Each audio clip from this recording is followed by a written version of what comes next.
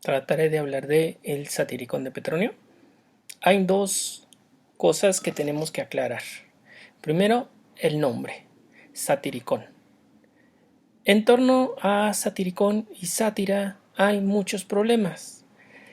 En un libro específicamente sobre una sátira menipea, ahorita aclaramos también el término sátira menipea, Roberto Heredia Correa nos aclara el uso de sátira en un significado específico.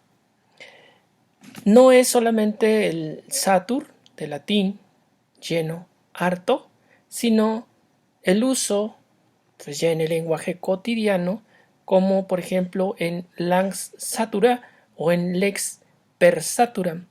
Estos dos nos indican una mezcla. Y este es el punto eje entre sátira y sátira menipea. Tenemos entonces que el satiricón mezcla al uso de la sátira menipea.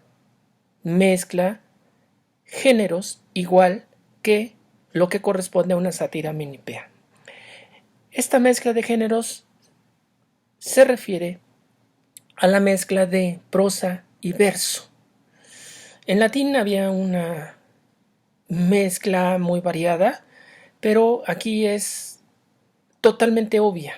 Hay momentos en que en verso, hay momentos en los que en prosa. A esto se le conoce en literatura, le llaman prosímetro, una prosa mezclada con metro, con verso. Así sucede en el satiricón, así sucede en la única otra sátira menipea o en la única sátira menipea definida como tal que tenemos, que es esta que ya les mostré, la apocolosíntosis del divino Claudio de Séneca. Incluso la atribución de esta obra a Séneca es un poco curiosa. Enseguida lo menciono. El satiricón de Petronio es entonces una sátira, un escrito burlesco. Es muy posible que se refiera a personajes de la época, a políticos de la época.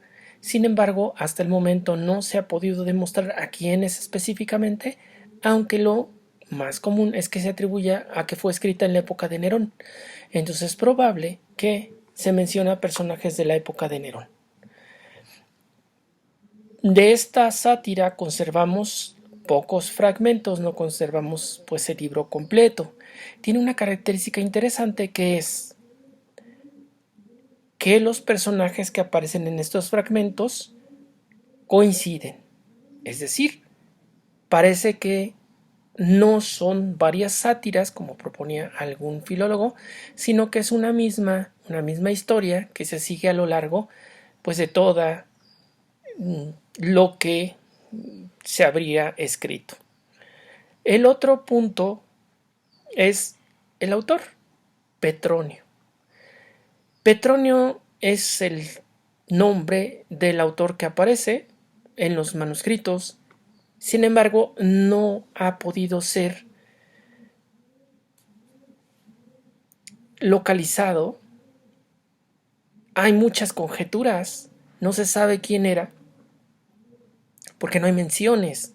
Lo mismo que nos ocurría con la atribución de la apocolosíntosis del divino Claudio a Séneca, ya que solamente hay un autor que atribuye un escrito llamado así a Séneca, que es Dion Casio, un historiador.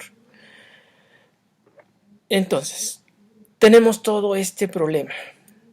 Algunos, y muchos prólogos lo dicen así, los prólogos del Satyricon, dicen que a Petronio se le conocía como arbiter o arbiter elegantiarum o arbiter elegantiae. Bueno, este término se refiere a que era una persona tan elegante que era quien marcaba la tendencia en qué era elegante y qué no. Este es otro de los problemas, pues. ¿Quién es Petronio? No sabemos realmente gran cosa de este autor. Ahora, vamos a la sátira menipea. La sátira menipea, a diferencia de la sátira, es una mezcla.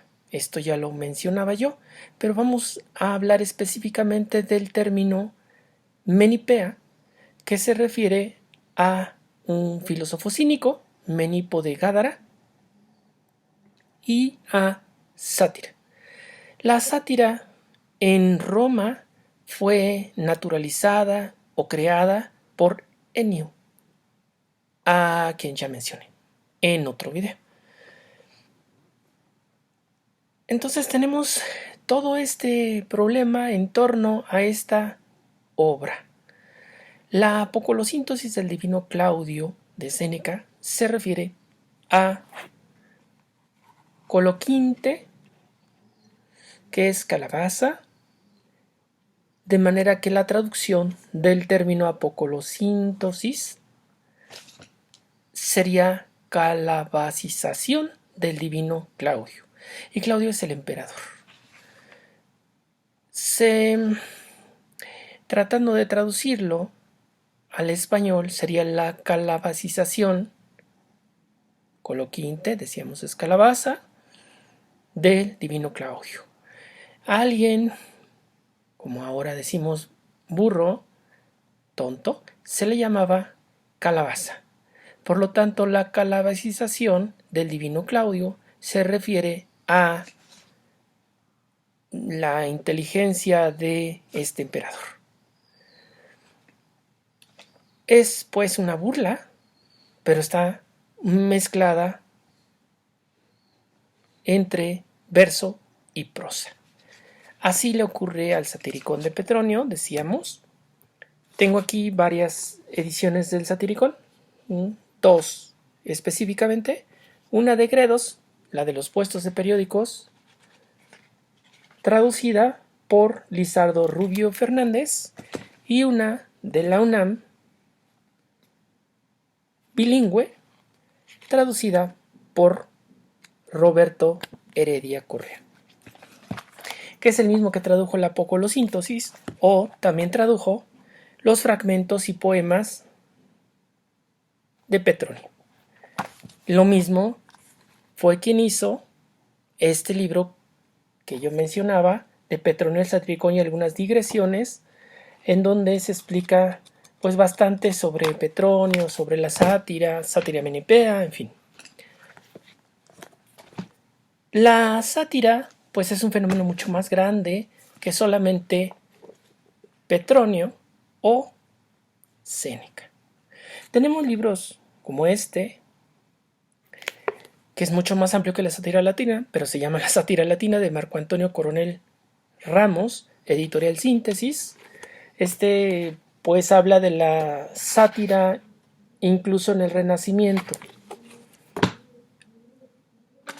Pero como fenómeno tenemos a Percio, sátiras, las sátiras de Juvenal, y si ustedes se dan cuenta, el traductor, las sátiras de Horacio, en fin. No se limita entonces únicamente a estos autores, hay más autores que escribieron sátiras. Tenemos en una edición de Gredos, puestos de periódicos, sátiras de Juvenal y Percio, o tenemos una edición mexicana para Cien del Mundo, esta colección, donde recogen a Horacio, Séneca, Percio y Juvenal. Ahora, el Satiricón fue una obra que influyó mucho a lo largo de la historia por lo escandalosa, y pues hubo muchos imitadores, ¿no? Tenemos, por ejemplo, el Heptamerón, de Margarita de Valois, reina de Navarra, o el mismo Decamerón de Boccaccio, que seguramente tuvo influencia de Petronio o lo que se conservaba de Petronio. Tomemos en cuenta que estos autores del Renacimiento como Boccaccio, Petrarca o el mismo Dante son autores que no tuvieron acceso a todos los textos que nosotros tenemos en este momento. Sin embargo, tuvieron acceso a muchos más textos de los que se conocían antes de ellos. Por eso se le conoce como Renacimiento. Esto es, durante el siglo XIV, XV, XVI, se recuperaron muchos textos que se encontraban perdidos de muchas formas diferentes. Fundamentalmente, se localizaron en viejas bibliotecas de las abadías textos griegos y latinos. Posteriormente se han ido localizando muchos más, como ya mencioné también cuando hablé de los papiros de Oxirrinco, pero hay muchas otras formas, como los famosos palimpsestos y las obras que se han encontrado en la Biblioteca del Vaticano, en forma precisamente de palimpsestos o de manuscritos olvidados prácticamente. Estos autores entonces tuvieron acceso a muchas obras nuevas o algunas obras que se mencionaban en diferentes autores pero que no eran conocidas. Por eso quizá Boccaccio imitó en el Decamerón, por lo menos algunos de los cuentos más licenciosos, esta narrativa petroniana. Las dos grandes escenas que se conservan de El Satiricón son la de la cena de Trimalción, famosa sobre todo por la extravagancia de los platillos que se sirven, y alguna escena en donde hay muchas licencias sexuales, en un prostíbulo, en las calles, en fin. Son las dos grandes escenas de El Satiricón, aunque en torno a la segunda escena, el segundo grupo de escenas, hay viajes, hay el hundimiento de un barco, en fin, varias cosas más, no solo la escena sexual. Esto es, en síntesis, El Satiricón de Petronio, comentado de manera sencilla.